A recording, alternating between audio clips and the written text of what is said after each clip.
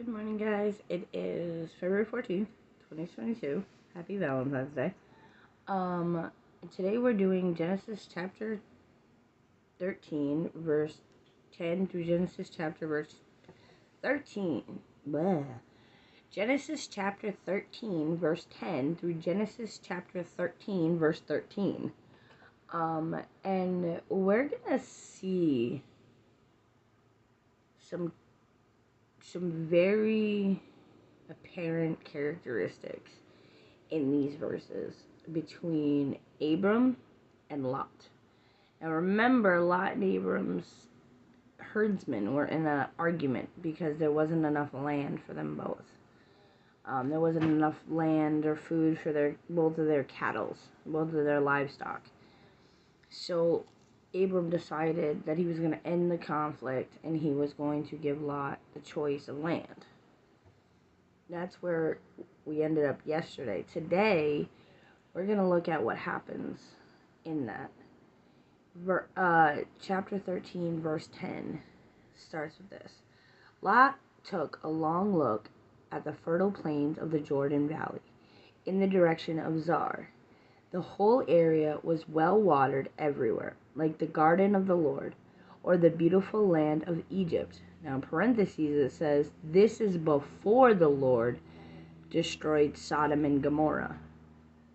Lot chose for himself the whole Jordan Valley to the east of them.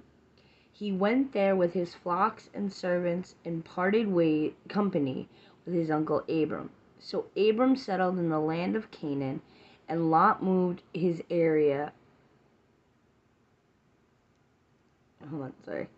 Lot moved his tents to the place near Sodom and settled among the cities of the plain. But the people of this area were extremely wicked and constantly sinned against the Lord. Now, here's the difference between Lot and Abram. Yes, Abram gave him choice of land. But Lot looked at what was physically there, the beauty, the lushness, and he didn't consider that maybe he could split it up. He just took the whole thing. But here's the other thing, is that when Lot decided to settle there, there were already people there. Just like there were people in Canaan. But Lot settled near Sodom. This is before Sodom and Gomorrah got destroyed, so all the people there were wicked. All the people there sinned. All the people there didn't care. So Lot is moving into a place where God is not welcomed, God is not wanted, and Lot is putting himself in a position where he's going to get in trouble. He's going to get into some stuff. Here's the thing. Sometimes we look at something and say, oh, that's exactly what I need. I'm going to get that. But the Lord knows that there is something else there. And sometimes when he blocks us from getting what that is, it's not because he doesn't want to bless us. It's not because he doesn't want us to have whatever it may be. But there may be something behind it that is not good or would not benefit us. Like here. But the Lord lets Lot go because Lot needs to learn a lesson. Lot is out for himself. He took the best of the best. But in taking the best of the best and not considering Abram, Lot is faced with wicked people, people who sinned, people who were violent, people who didn't care. He was faced with that. Was there ever a time in your life where you thought you needed something, thought you would want something, but then God didn't give it to you?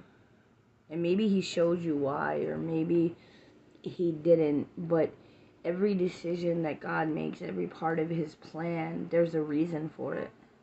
And you may look at him and say, well, I need this. This is what I need. But he knows something we don't know. We're very finite. We're very small compared to God. God knows all. So he may see something that we don't see. He may know something that we may not know. I can think of an example in my life. You guys know I struggle with the apartment I live in right now. So many things. So many things are going on that shouldn't be. And all I want to do is leave. I thought I had an option. It was above a business, and my kids are rowdy. They're loud. Not a bad thing. That's just who they are. You know, I'm a loud person. So, but I so desperately wanted this place. I wanted to get out of this apartment, and I wanted to get into that. But the Lord blocked it. And at first I didn't understand. I didn't, that was the place where I should go. But in the end, he's blessed me with something so much better. We would have, living over a business, we would have had to be worried about being loud or noisy or whatever. And being in our own place, we don't have to worry about that. Sometimes God blocks things. I really feel like God gave this to Lot so that Abram didn't have to deal with this.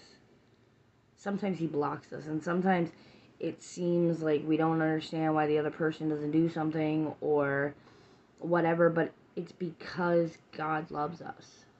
So in those blocks, in those moments where it just seems like he's like, nope, you can't have that. We've got to see that as a blessing. We've got to see that moment as mercy. Because he knows something we don't know. So where's the place that either someone took selfishly, or the place where you wanted but you didn't get? The place where it looked like it would be easier for you than where you are right now.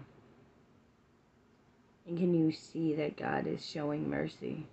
Lot is going to have to deal with these wicked people. And not that Abram's not going to have to deal with wicked people, but these people are wicked. Like wicked, wicked. The Bible doesn't just say stuff to say it. In verse 13, it literally says, but the people of this area were extremely wicked and constantly sinned against the Lord. Extremely and constantly. These words aren't there just to be there. These words are there because it's emphasizing. Moses, remember, wrote the book of Genesis.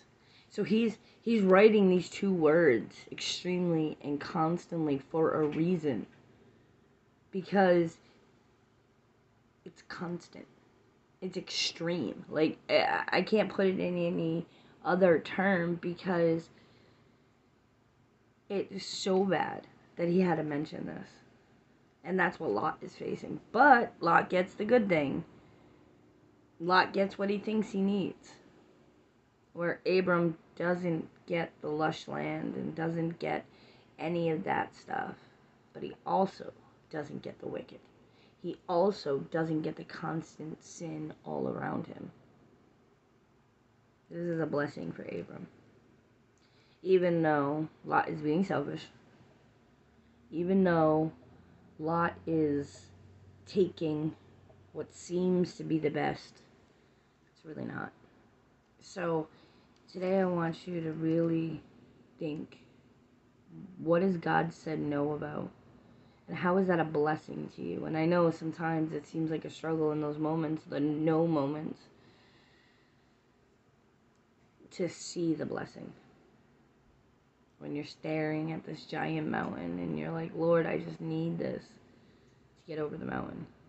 But you don't know what mountain is there. And you don't know why God is saying no. Sometimes you do. But really work with God and see what He's trying to bless you with by saying no. I hope today you guys see Jesus in all you do. And I hope you see God's promises all around you. And I will talk to you guys tomorrow. Bye.